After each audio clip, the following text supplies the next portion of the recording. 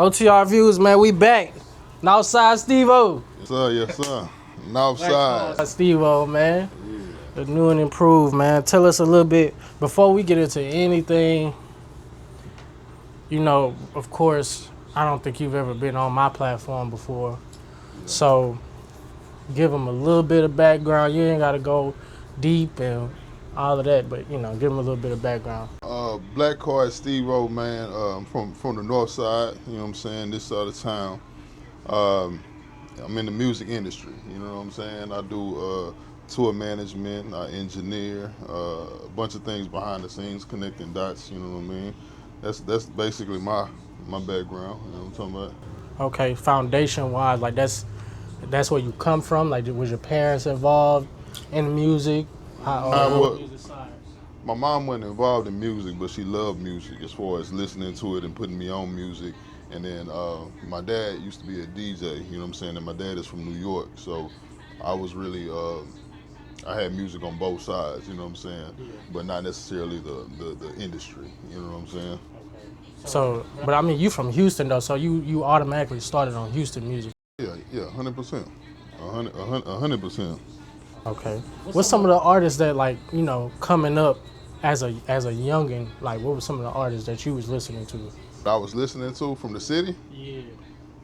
Oh man, probably one of my favorites, 50/50 Twin. You know what I'm saying? Every freestyle, I'm so Northside that it's Swisher House, so Slim Thug, Boss Hog, Chameleon, you know what I'm saying?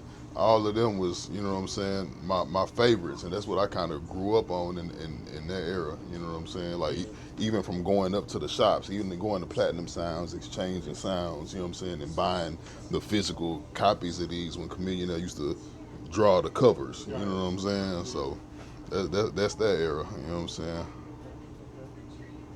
Coming from that, man, I mean, tell us how you got to the point where you basically DJ Khaled in a situation. You know what I'm saying? You putting artists together on projects, and you putting different sounds together too. Because I noticed that you pay attention to that a lot as Yeah, well. yeah. Now, it came from being at the studio. I came up under Mike Moe at Mad Studios in Acres Home. And then eventually me and Bruce came together and we started I Mix Houston, you know what I'm saying? So it's like with all of these relationships with artists that come through, I started doing mixtapes with DJ Ghost, you know what I'm saying? So at first, before I started doing original music, I used to get artists when they came to the studio to get studio time. I used to say, man, put a verse on this freestyle for me over here, and then we'll put it on our mixtape, you know what I'm saying? And that was like in the blog era, so it was like, it was promotion for them, it was promotion for the studio, and it all worked out. And then from there, we started getting the artists on original production, you know what I'm saying?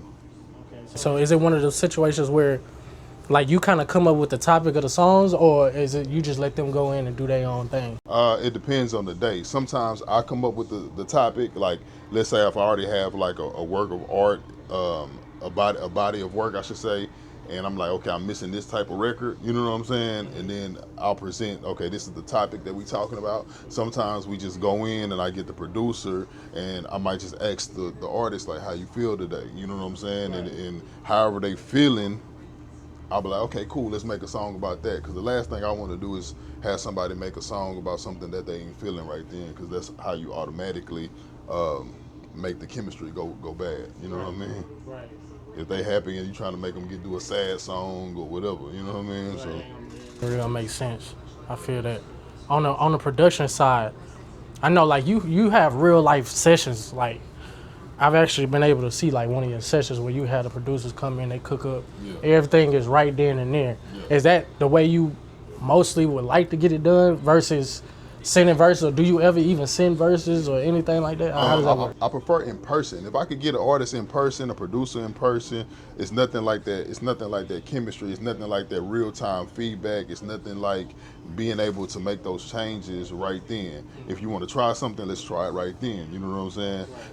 With all the sending stuff, people may have to go to a different studio. They might send it. If you want them to edit it, they might have to go back to the studio. It just causes a lot that we don't really need. You know what I'm saying? We can knock it out right there. You know what I'm saying? And a lot of times, I'm doing music with artists that haven't met each other or haven't done music with each other. Right. So the best thing to do is to get them in the same room. You know what I'm saying? Because at the end of the day, it's about building relationships and stuff. You know what I'm saying? Hopefully, these artists might be able to do shows together in the future or whatever. You never know what come from it. You know what I mean? Right. Now, one thing I want to know. You really big when it comes to this A&R shit, bro. I think a lot of people don't know that. You've been a part of a lot of artists' success, upcoming, and even up to the big leagues. You've been a part of it, but you don't speak on it. Yeah. You don't speak on every artist that you was able to be a part of before they blew. You don't never talk about any of that. Why is that? A lot of times I forget about it. You know what I'm saying? A lot of times I forget about it, but the main thing is like I started my quote unquote A&R and production skills by being an engineer. You know what I'm saying? So working with the artists and being like, when they say, okay, what do you think? You know what I'm saying? It's like, all right. At first, I was taught not to tell people what I thought. You know what I'm saying? But then when I understood that I had a special ear and people would pay attention to what I say, I started giving them my feedback. You know what I'm saying? And that's kind of what built the A&R producer side of things. You know what I'm saying? So anybody that came and did a session with me, I'm putting that ear into that session. You know what I'm saying? Right. It really should be a separate charge, but that's another story. Fee on that, though. I ain't gonna lie, you're gonna have to put a fee on that. So when you're working with these artists, man, I know a lot of times, especially in a studio, you kind of see artists where they could go get like writer's block or they could get unmotivated. Yeah. Do you ever speak to the artists and tell them, like, kind of give them a little guidance as to how they complete whatever mission it is at that point that they're trying to work? It just depends on what kind of record we're doing. You know what I'm saying? If we're working on something that's too deep, that conversation right there might not be able to take them there. You know what I'm saying? So it just depends on the topic. You know what I'm saying? Some people get stuck in the middle of a hook or in the middle of a verse, and that's a little easier to walk them through than somebody that gets stopped writer's block or get stopped before they even get any type of words. You know what I'm saying? Because I'm more of a collaborator. You know what I'm saying? So if you got something, I can cook. But if you ain't got nothing, I can't really cook. You gotta put something there for my mind to be like bam, bam, bam, bam, bam, bam. Right. You see what I'm saying? Right. So. Okay. Now, what's some of the things like you've seen like over the years? You've been in the game. Yeah. Decade or two. I ain't trying to call you an old nigga. You know what I'm saying? But yeah, you seasoned. I'm becoming the niggas I used to look up to. Right. Yeah. You seasoned. So, what's something that you've seen before, back in the gap, when it comes to an artist trying to build up their name, their catalog, being an artist, period, to now fast forward with newer artists? Like, what's the difference in between that? Because I feel like it's kind of a disconnect. I think the main thing is the grind. You know what I'm saying? Like back in the day, we used to, even when we dropped CDs and stuff, you used to go to the mall and you could see Mike Jones selling his CDs. Right. You know what I'm saying? We actually seen somebody knock CDs, like, nah, we ain't fucking with that. You know what I'm saying? Pick them up, go try to the next person and try to sell them. You know what I'm saying? And I think that's the main difference, because the grind was harder then, but everybody still did it. You know what I'm saying? And now it's like the internet and people still don't want to do it because I guess the ego part of it or the facade part of it is like, I don't want to keep posting myself. I don't want to keep trying to sell these people. You know what I'm saying? So now, like, you see somebody drop a project and they only post it once or twice or something, and you're like, that's not gonna work. You know, that don't make sense. Yeah, that's not gonna work. And I'm starting to see now too, like, artists are starting back to CD signings and the things. Like, do you think newer artists should go back to like actually getting in the streets and, hey, check this out? Yeah, you know what I'm saying? Definitely. I think the artists need to get in the streets, talk to the people. You got to find a way to build some type of community, whether it's online or in person. You know what I'm saying? But in person is always better. That's the reason for touring and stuff like that. You know what I'm saying? That's why you're able to sell merch and stuff. You know what I'm saying? It's because you're making yourself accessible and you're making yourself real. You know what I'm saying? So that community is very important to find your super fans. Because there's people that's gonna listen to you, and then there's what's called a super fan, which is the really, really dedicated person. The people that's actually gonna spend the money. Gonna buy that vinyl. That's the person that's gonna buy the vinyl. You got a fan that's gonna listen to it on Apple Music and download it, but then you got the person that's gonna order the vinyl. That doesn't even have a vinyl player. You know what I'm saying? But they're gonna order it. That's a super fan. You know what I mean? It's almost like investing. They're buying it like one day this is gonna be. I'm gonna be able to say that I got such and such album. You know what I'm saying? So I think that exclusiveness is also something that artists needs to bring back. You know what I mean? Even if you drop a physical CD, if you do, only 200 copies or something like that, even on your merch, you know what I'm saying? Like 100 shirts or whatever, and that's what builds the value. You know what I mean? Because if this shirt says 3 of 50, you got the third shirt that was made, period. You know what I'm saying? There's no more.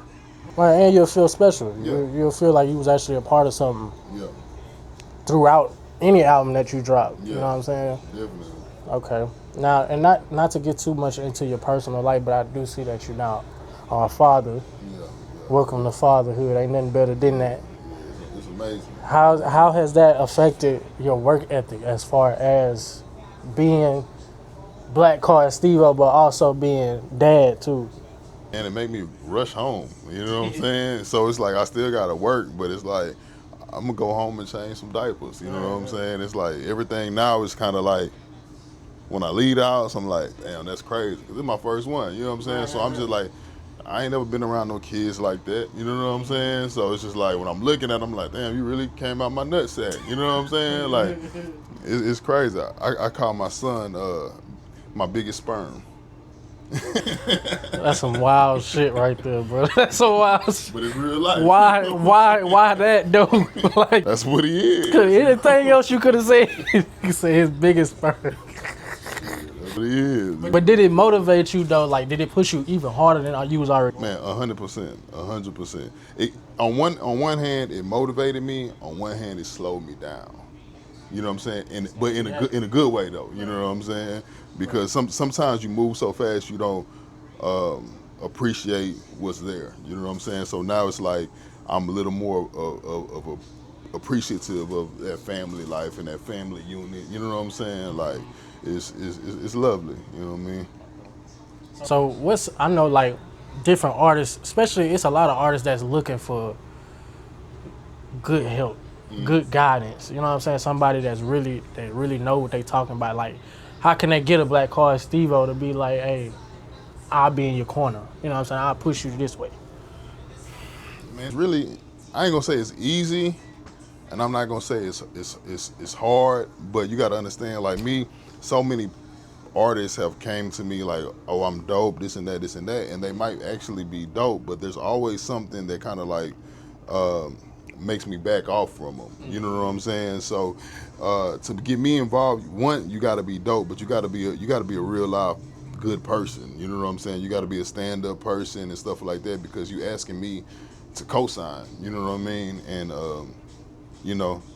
that my reputation is all I got. You know what I mean? So I'm not about to co-sign just anything. You know what I mean?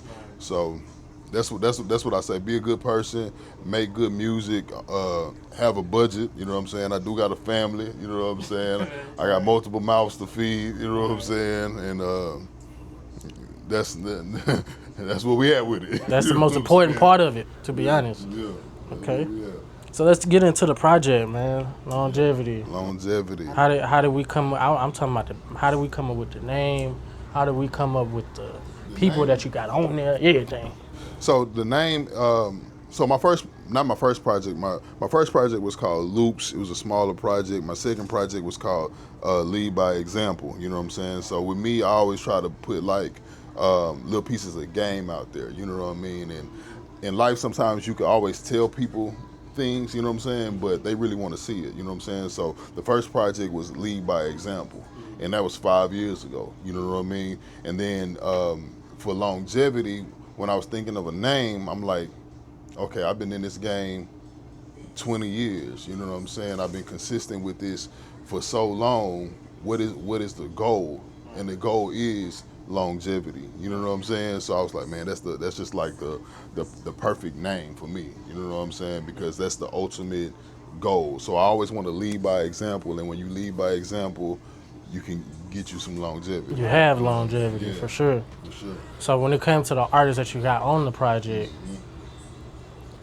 how was it deciding like who's going on what song and how you gonna put the track list together? Because I do know too, I noticed your track list is not all over the place. It's calculated. Yeah. That's called sequencing. It's sequenced properly. Yeah. You know what I'm saying? Because I'm from that old school where we listen to albums from top to bottom. Right. Even the amount of space between songs is calculated. You know what I mean? Even my skits are calculated on, okay, what was said on this piece of audio that leads into the next song. You know what I'm saying? Is the message clear going from one song to another song? Is the vibe the same? Whatever, you know what I mean? So on longevity, the vibe kind of started a little slower, chill player with the Get It How You Live, you know what I'm saying? With the Keep Swangin', those are all kind of like slower tempos, and then it started picking up, you know what I'm saying? So my thing is I try to make music that I like and that I would listen to, you know what I'm saying? So that's what I tried to present. As far as all of the artists on there, it's really all my homies, you know what I'm saying? It's really like all my homies that I know that I could call and get good verses from, you know what I'm saying? Because there's a lot of people you could call and they're not gonna give you no good verse, you know what I'm saying? Because they're not that versatile, you know what I'm saying? So it's certain people like Expo, like Chance, you know what I'm saying? I know I'm gonna get good verses. Young Vaughn, Mookie, you know what I'm saying? Orange Juice Jones, one of the best rappers hands down that I know, and I know a lot of rappers. Yeah. And I tell them that all the time. I done told him that a few times I think too. you think I be playing, you know what I'm saying? But I've literally introduced them to people and been like, this the best rapper I know. Yeah, I did see him in the studio a few times. Yeah, He's different. Mookie different. You know what I'm saying? So like I said, these are my real life homies. I got my brother on there, born twice. You know what I'm saying? I got the late T. Rogers on there on the outro. You know what I'm saying? We did that before he passed, of course. You know what I'm saying? I got Lance Clay from Vegas, the homie. You know what I'm saying? Made a killer beat for me. I got my homie from Harlem. You know what I'm saying? On the record. 2Gs, but it's these is all people that I mess with, you know, not on a daily basis, but musically, and you know, if I'm in New York, I'm hitting 2Gs. Like, hey, where you at? You know what I'm saying? So it's like you might as well do music with the people that you actually mess with. You know what I'm saying? 1,000%. Well, it ain't gonna make sense. Yeah. I think that's the only reason to do music with people is one is you genuinely mess with that person, or y'all are trying to get each other's fan base. Other than that, there's no reason but to do music with nobody. Right. You know what I mean? And that's what I've always told artists that I work with too. Like, if it don't make sense, it just don't make sense. Yeah. Don't just do a song with nobody just because you need a feature or some shit like that. If it don't make sense, it don't make sense. Sometimes when people do songs with other people and stuff, I consider it as just practice. You know what I'm saying? Like, it's not really the game. You know what I'm saying? And artists understand that, like, when you go to the studio so much, most of the music that you're working on is just practice until you really get in album mode. You know what I'm saying? And a lot of things that you work on during practice, it's not gonna happen. It's not gonna make the album. You know what I'm saying? So that's what I think. But I only do records with people that I actually want to do records with. You know what I'm saying? Yeah, definitely keep it that way too. Like, I know you don't need to be told that, but that's just the only way your project's gonna make sense. And you know, some of the artists are lesser known and stuff like that, but when you listen to it, you wouldn't know. You're like, oh damn, this is jamming. You know what I'm saying? Yeah, and then they could be lesser known now. Yeah. Just for the moment, but that don't mean they always gonna be lesser known. No, for you know what I'm saying? For sure. Another thing I want to speak on, man. Long live my dog, man, Young Melvin. Yeah, young man. Tell me about that, man. Tell me about y'all relationship, like. Man, that's my twin. You know what I'm saying? That's my twin, man. I'm first of all, you know, I'm glad I got to see him before he passed. You know what I'm saying? I was on the road and I came back on the road and this girl hit me like, "Yo, where you at?" You know what I'm saying? And I'm like, "I'm here," and she like, "Come see him when you can." And I was like, that was like Thursday. Thursday night, like 9 o'clock. And I was like, man, I could come Saturday. She was like, nah, not Saturday. She's like, come before then. I said, the only time I could come is tonight. I got to come like right now. She was like, come on. So I went over there, seen him, spent some time with him. You know what I'm saying? I walked in, I said his name. I was like, what up, twin? He kind of like, you know what I'm saying? Acknowledged me and stuff. I had some words with him. And then he passed like 3 or 4 hours after I left. You know what I'm saying? So I'm glad I got to have that last, you know, talk with him. You know what I'm saying? Even though it was me talking to him. You know what I'm saying? But like I said, that was my twin, man. We got the same birthday. He was born 1 year before me. We from the same area. You know what I'm saying? We was both Alabama, North Houston. We both did music. You know what I'm saying? We both ended up at the same studio. You know what I'm saying? We're around the same people. You know what I'm saying? So it's like he was a big part of the vibe around us, and he was somebody that kept us all together. You know what I'm saying? I would call Mel or he would call me, and we stay on the phone for like 2 hours. You know what I mean? It'd be like, it's like that. You know what I mean? And his family, my family, they always show love. You know what I'm saying? Yeah. And in the studio, he was amazing. You know what I'm saying? There's nobody like Mel in the studio. For sure. I used to jam his music. He used to give me his music, send me some of his music. I jam his music.